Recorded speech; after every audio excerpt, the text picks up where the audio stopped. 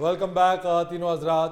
ملک کی موجودہ سیاسی صورتحال پر گفتگو کے لیے آج ہمارے درمیان موجود ہیں مسلم لیگ قاف کے سربراہ چودھری شجاعت حسین صاحب. السلام علیکم چودھری صاحب. بالکل ٹھیک چودھری صاحب, یہ بتائیے سیاست کہاں جا رہی ہے؟ جدھر گئیاں بیڑیاں ادھر گئے ملا. سیاست جو ہے جی وہ تو سیاست کا تو ستیہ ناش ہو گیا ہوا ہے اس ملک میں. سیاست کون سی رہ گئی ہوئی ہے؟ اب تو غصے نکال رہے ہیں ایک دوسرے پہ. سیاست اور چیز کا نام ہے. سیاست تو ہم عبادت سمجھ کے کرتے رہے ہیں ساری زندگی, اور اب سیاست کو انہوں نے دشمنی بنا دی ہے. چودھری صاحب آپ اپنی جماعت کے بارے میں بتائیے نا کہ انتخابات کب ہو رہے ہیں, آپ کی جماعت کہاں آپ کو نظر آ رہی ہے انتخابات میں؟ دیکھیں اللہ تعالیٰ کے فضل و کرم سے پورے پاکستان سے ہم اپنے امیدوار کھڑے کر رہے ہیں. اچھا, اور نون لیگ کے ساتھ سیٹ ایڈجسٹمنٹ ہو سکتی ہے چونکہ ہمارا تو ایک ہی ایجنڈا ہے جی, عوام کو ریلیف دینا. تو کوئی بھی پارٹی اگر عوام کو ریلیف دینے کے لیے کہتی ہے تو ہم اس کے ساتھ کھڑے ہیں. بہت اچھے. ویسے تو ہماری میٹنگ چل رہی ہیں, کمیٹیاں بن گئی ہیں کہ نون لیگ کے ساتھ سیٹ ایڈجسٹمنٹ ہو جائے گی. فرنٹ والیاں سیٹاں انہوں نے دے دیں گے, اسی پیچھے بہ جائیں گے. اور اگر نہیں بھی سیٹ ایڈجسٹمنٹ ہوتی نون لیگ کے ساتھ تو انشاءاللہ ہم اکیلے کھڑے ہوں گے. الیکشن ہماری جیب میں ہے. چودھری صاحب چیک کر لیں کدھر جیب دے بجلی دا بل نہ ہوئے. دیکھیں نا کس قدر کمزور آدمی بیچارہ ماڑا آدمی کتنا پریشان ہے بجلی کے بل سے اور مہنگائی سے. گوگئی تسی فکر نہ کرو, انشاءاللہ ہماری حکومت بنے گی تو بجلی کا بل بھی نیچے آئے گا انشاءاللہ. چودھری صاحب یہ تو آپ بڑا انکشاف کر رہے ہیں کہ آپ حکومت بنائیں گے. انشاءاللہ سارے پاکستان سے ووٹ ہمیں ملے گا. چودھری صاحب یہ بتائیے اجلاس میں کون کون شریک ہوا ہے؟ اجلاس میں وجاد حسین صاحب بھی تھے, سالک حسین صاحب بھی تھے, شافی حسین بھی تھے. بس نہیں میں بھی تھا.